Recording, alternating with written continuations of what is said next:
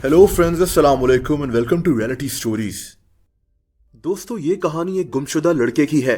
एक लड़का जो पुलिस रिकॉर्ड्स में तो लापता था, लेकिन हकीकत कुछ और थी। ये कहानी इसी साल यानी 2023 की है।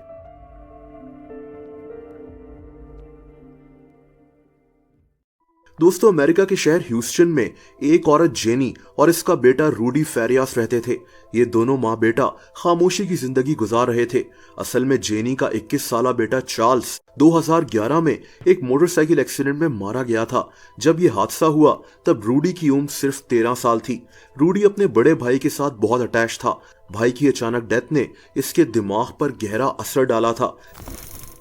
3 साल के बाद यानी 2014 में रूडी का वालिद भी एक हादसे में मर गया।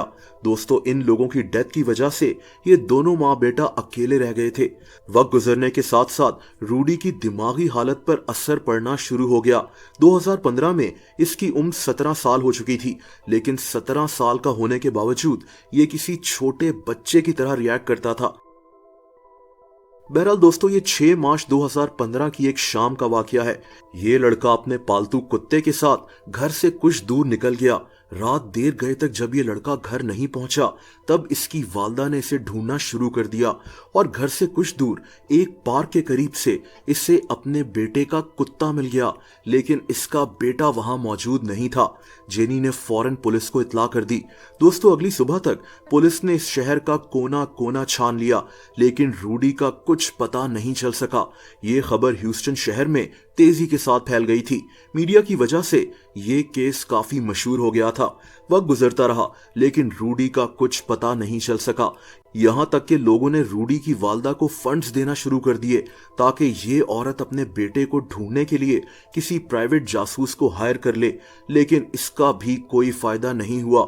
लेकिन दोस्तों, फिर 3 साल के बाद एक अजीब खबर सामने आई। इस वाकये के 3 साल के बाद यानी 2018 में पुलिस को एक फोन कॉल मौसूल हुई। कॉल करने वाले के मुताबिक इसने रूडी को अपने ही घर के करीब देखा था। पुलिस फौरन इस जगह को चेक करने वहां पहुंच गई, लेकिन रूडी वहां नहीं मिल सका। पुलिस को लगा कि इनके साथ किसी ने मजाक किया है और कुछ और वक्त गुजरने के बाद पुलिस ने इस केस को हमेशा के लिए बंद कर दिया। लेकिन दोस्तों, ये कहानी खत्म नहीं हुई। ये 3 जुलाई 2023 का दिन था जब ह्यूस्टन शहर की पुलिस ने एक 25 साला लड़के की वैसे ही चेकिंग की। ये लड़का एक चर्च के गार्डन में लेटा हुआ था। चेकिंग पर पुलिस को इस लड़के की जेब से एक कार्ड मिला जिस पर इसका नाम और एड्रेस लिखा हुआ था। दोस्तों, पुलिस शॉक रह गई क्योंकि ये लड़का कोई और नहीं बल्कि रूडी फेरियास ही था, वही लड़का जो 8 साल से गायब था। ये खबर रूडी की वालदा को भी दे दी गई, लेकिन फिर इस कहानी में एक ऐसा मोड़ आया जिसको सुनकर आप हैरान रह जाएंगे। दरअसल पुलिस जानना चाहती थी कि अगर रूडी इसी शहर में था तो ये अपने घर क्यों नहीं गया। ये केस इंतहाई अजीब हो गया था। दोस्तों, अब इस लड़के ने जो कुछ पुलिस को बताया वो नाकाबिले यकीन था। इस लड़के ने दावा किया कि ये कभी गुम हुआ ही नहीं था, बल्कि इसकी वालदा ने इसे 8 साल से अपने ही घर में छुपा कर रखा हुआ था। इस लड़के के मुताबिक जब भी कोई इनके घर पर आता तो इसकी वालदा इसे रूम में छुपा देती थी। ये लड़का नहीं जानता था कि वो इस जगह से कैसे खुद को आजाद करे। बिलाखिर जब इसे मौका मिला तो वो इस घर से भाग निकला। इस अजीब वाकये ने पूरे शहर को हिला कर रख दिया था। पुलिस ने इस जुर्म में जेनी यानी इसकी वालदा को गिरफ्तार कर लिया। दोस्तों, यहाँ सवाल ये पैदा हो रहा था कि इस औरत ने अपने बेटे के साथ ऐसा क्यों किया। असल में ये औरत अपने शौहर और बड़े बेटे को पहले ही खो चुकी थी।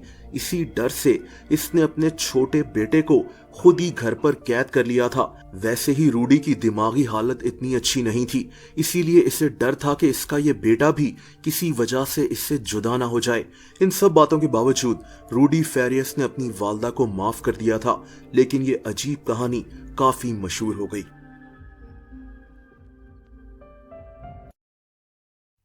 दोस्तों, अगर आप मुझे इंस्टाग्राम पर भी फॉलो करना चाहें तो उसका लिंक नीचे मौजूद है।